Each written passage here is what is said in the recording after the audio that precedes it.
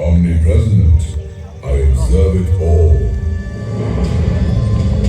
This is the story of glorious Golconda. Come, I'll take you on a journey to show and share it all. Adjacent to it was a huge mountain on which lies Golconda. Constructed in the medieval period, this is one of the strongest forts of the Deccan, and it played a pivotal role in shaping the politics of the region.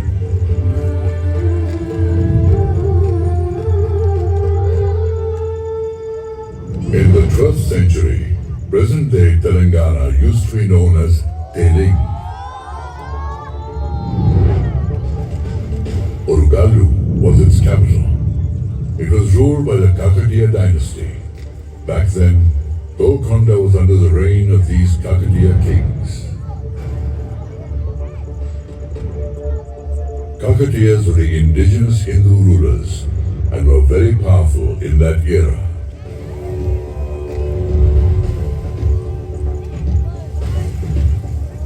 Their fame spread across many countries and started attracting foreign invaders.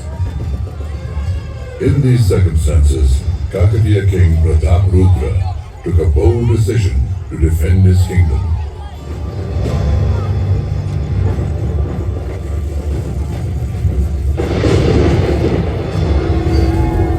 I, Kakatiya king Rudra, hereby decree the further fortification of Golconda fort. After fortification, this fort will undoubtedly keep us safe from attacks on the Devagiri side, empowering us to fend off our enemies.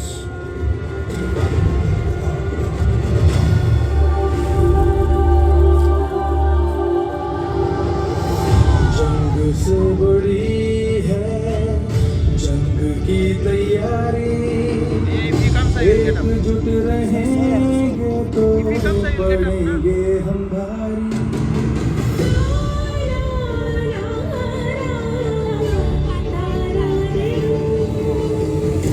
जंग से बड़ी है जंग की तैयारी एकजुट रहेंगे तो करेंगे हमारी दुश्मनों के आने की आहट हवा में थी कोई गाधू की शान पनाहों में थी राजा ने किया एक फरमान जारी गोलकोंडा बनेगा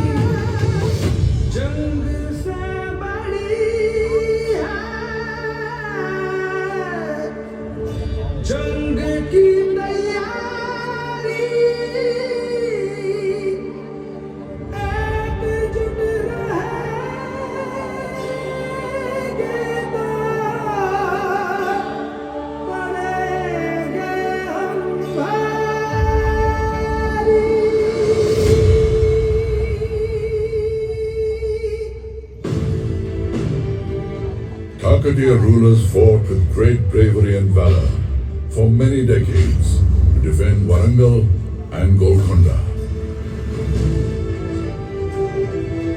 At the end of the Kakatiya kingdom, brave native rulers like Musunuri Pralyanayak fought courageously and drove the invaders from his kingdom.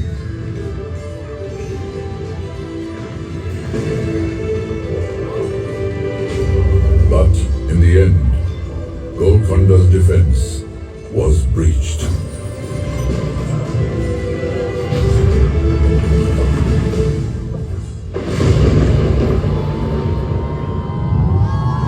Time took a momentous turn.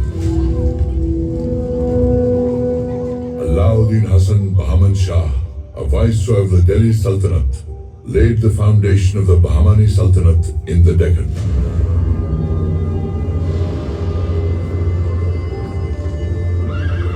Bahman Shah marched towards Golconda with the dream of conquering Warangal.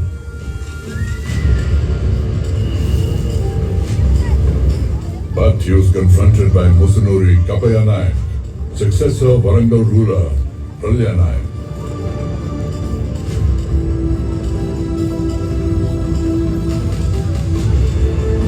Fighting with great valor and bravery, he drove away the invaders from Golconda and once again took possession of the fort.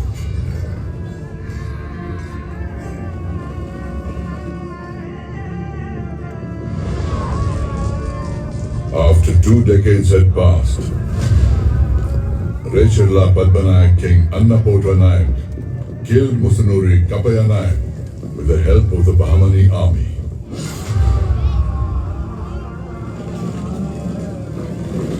After this, Bahmani King Muhammad Shah annexed Warangal along with Golconda. Thus, the dominance of the Hindu rulers in Golconda and Warangal was ended.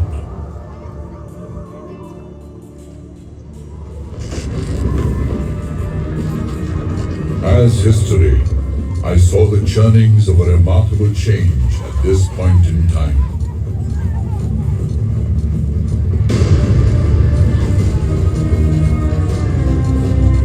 The 14th Bahmani King Muhammad Shah's royal court is giving a warm welcome to Quli Qutb Shah from the Persian city of Hamdan.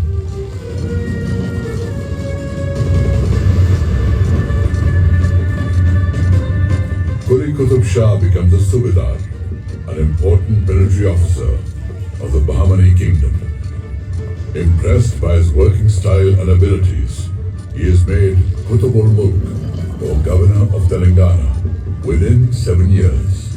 The estate of Golconda is handed over to him.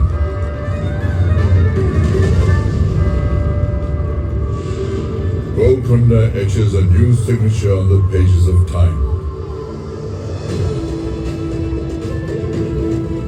Bahmani rule ends.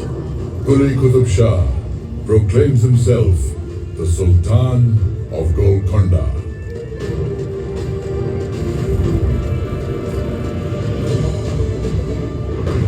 I, Quli Qutb Shah, declare myself the Sultan of Suba Telangana. This Sultanate will henceforth be known as Qutb Shahi Sultanate.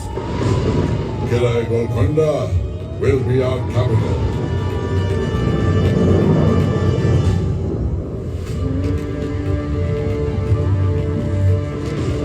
With Sultan Quli Qutb ul-Mulk, the foundation of the Qutb Shahi Sultanate was laid in Telangana.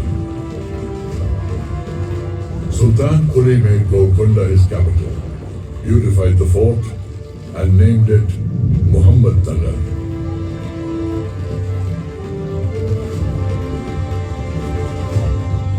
Qutb Shahi Sultans constructed many palaces, gardens, masjids, and many buildings for public use inside the fort in a properly planned way.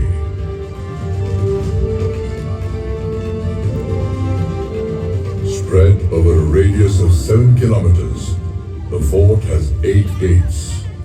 Ahead of the entrance gate, Bala Izar, is the Diwan-e-Khas and the court. Beyond that lies the Sultan's residence and the Queen's palace.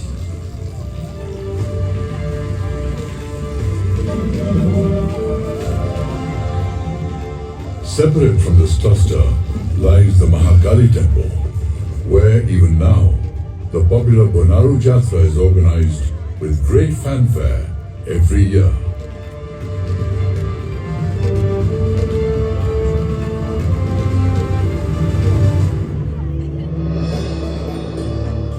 After Sultan Quli, his third son, Jamshed Quli Qutb Shah, became the Sultan. He had a long drawn-out conflict with his younger brother, Ibrahim Quli,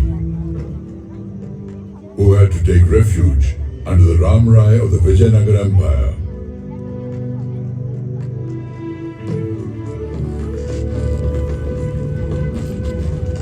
Jamshid Quli died after ruling for 7 years.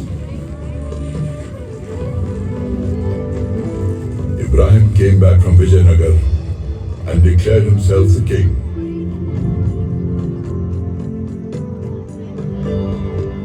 A lake was constructed during his reign. The lake was named Hussain Sagar after his son-in-law and the renowned Sufi saint Hussain Shah Wali.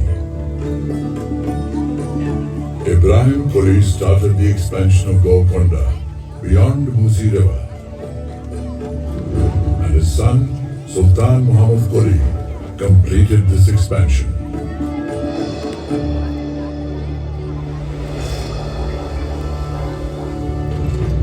The Sultan had a deep-seated affection for Persian and Deccan literature and the Telugu language as well.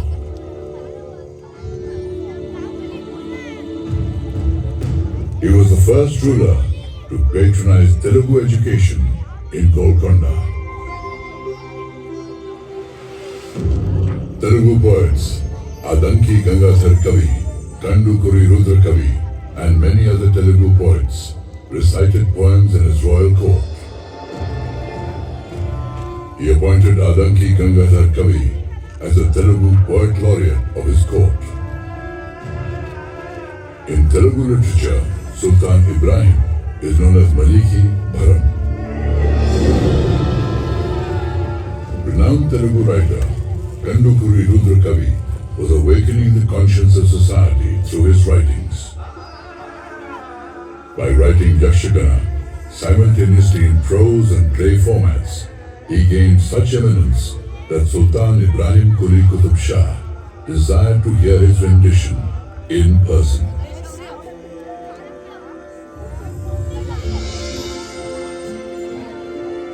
Ibrahim Quli was blessed with a son named Muhammad Quli. In his young years, Muhammad Quli met Bhagmati of Chinchalam village, which is across the Musi River. Both of them fell deeply in love.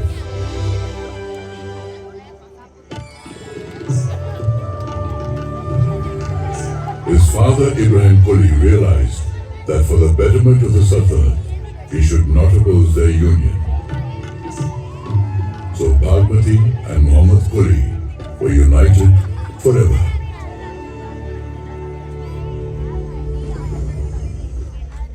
Ibrahim Quli Qutub Shah passed away.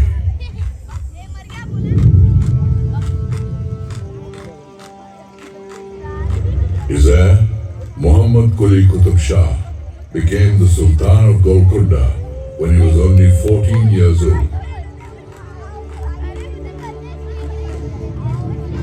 Muhammad Quli used to write Urdu poems. He became the first Urdu poet whose poems were published as a collection by the name Quliyat.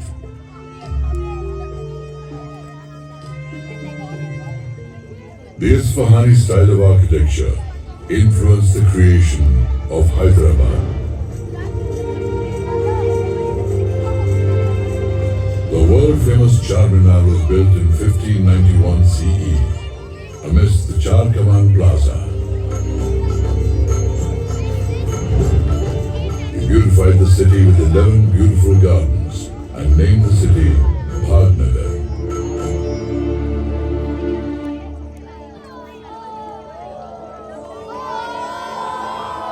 A spectacular light. Where is it emanating from? Has a mountain of light ascended on earth? Yes, it's true. This light is from a priceless diamond. Its luster was so wondrous that it was named Kohinoor, which means mountain of light.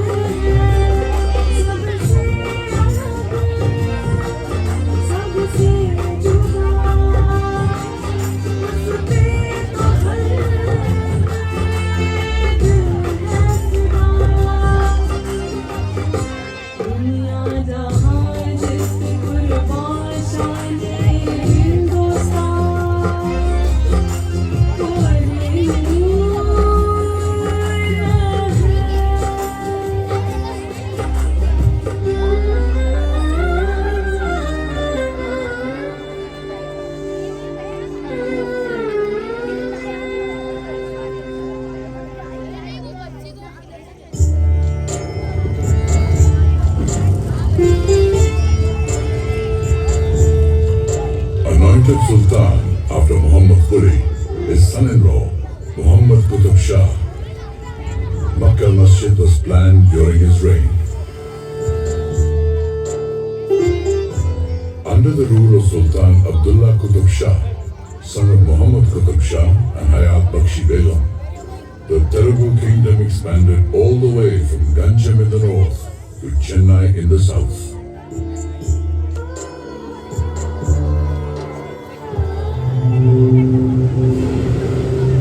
Meanwhile, Aurangzeb, the son of the Mughal Emperor Shah Jahan, marched from Delhi and became the governor of the Deccan, waiting for an opportunity to attack Golconda.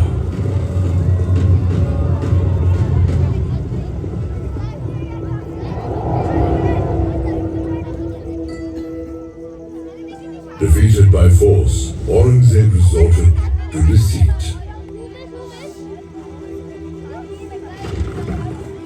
One of Sultan Abdullah Qutub Shah's trusted men betrayed him. Aurangzeb captured Sultan Abdullah Qutub Shah and made him a prisoner in his own fort.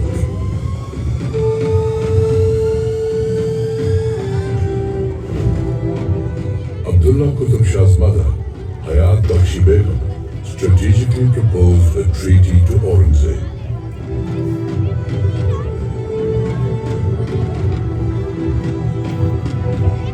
In return for freedom from captivity and continuing his rule over Golconda, Abdullah Qutub Shah gave Aurangzeb's son, Muhammad Sultan, the estate of Ramgir and also accepted him as his son-in-law.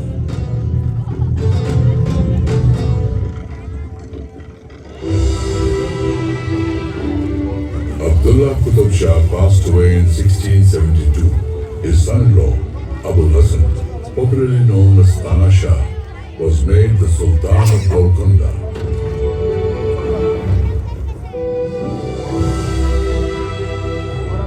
Abul Hassan appointed able Hindu ministers to important posts in the government.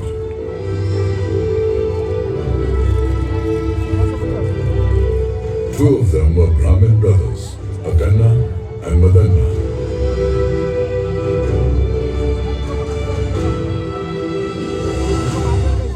Maratha ruler Chhatrapati Shivaji Maharaj visited Golconda twice during the reign of Abul Hassan.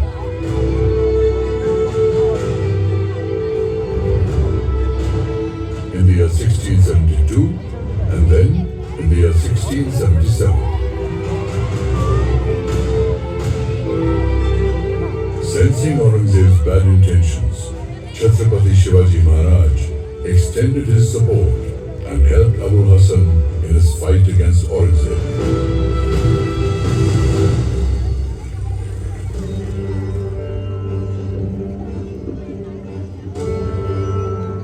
Sultan Abul Hassan communicated directly with his people.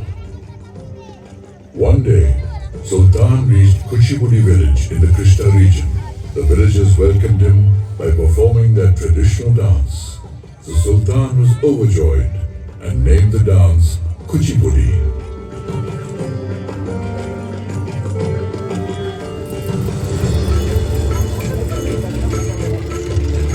Madanna's nephew, Kancharla Gopanna, was appointed the Tehsildar of Bhadrachalam. As an ardent devotee of Lord Sri Ram, he renovated Ramchandra Mandir for his deity at Bhadrachalam. In this endeavor, he utilized some funds from the state treasury.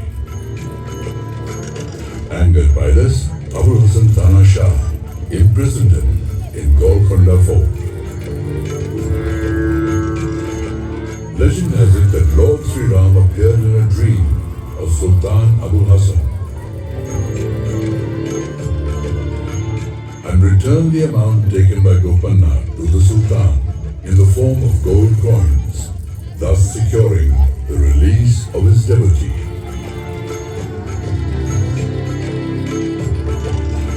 Since then, Kancharla Gopanna has become famous as Bhakta Ramadasu. This unique story of devotion to Lord Ram is now part of the folklore in southern India. His devotional songs gained fame as Ram Dasu Kirtan and became an integral part of Carnatic music.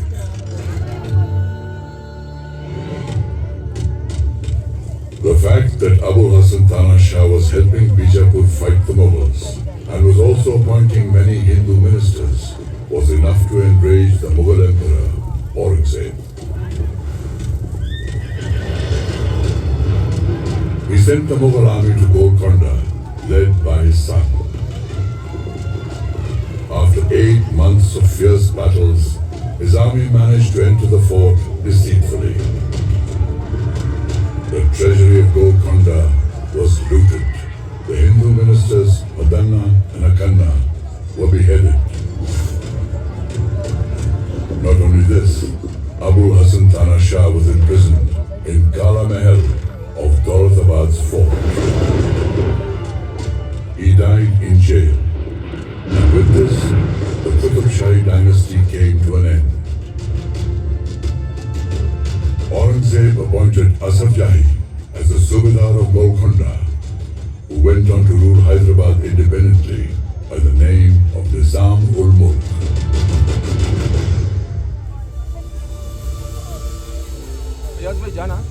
Once the symbol of pride and regal opulence, Golconda's walls, minarets and buildings were riddled with wounds inflicted by the Mughal rulers.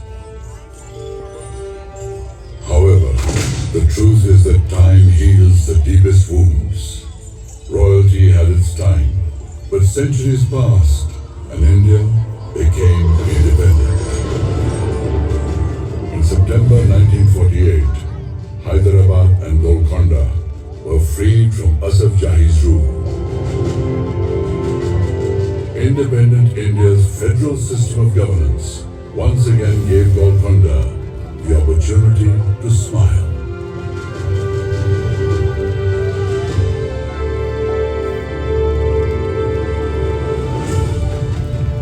From the high ramparts of time and history, I am gazing upon Golconda. Looking from the pages of the past, once again I see a smiling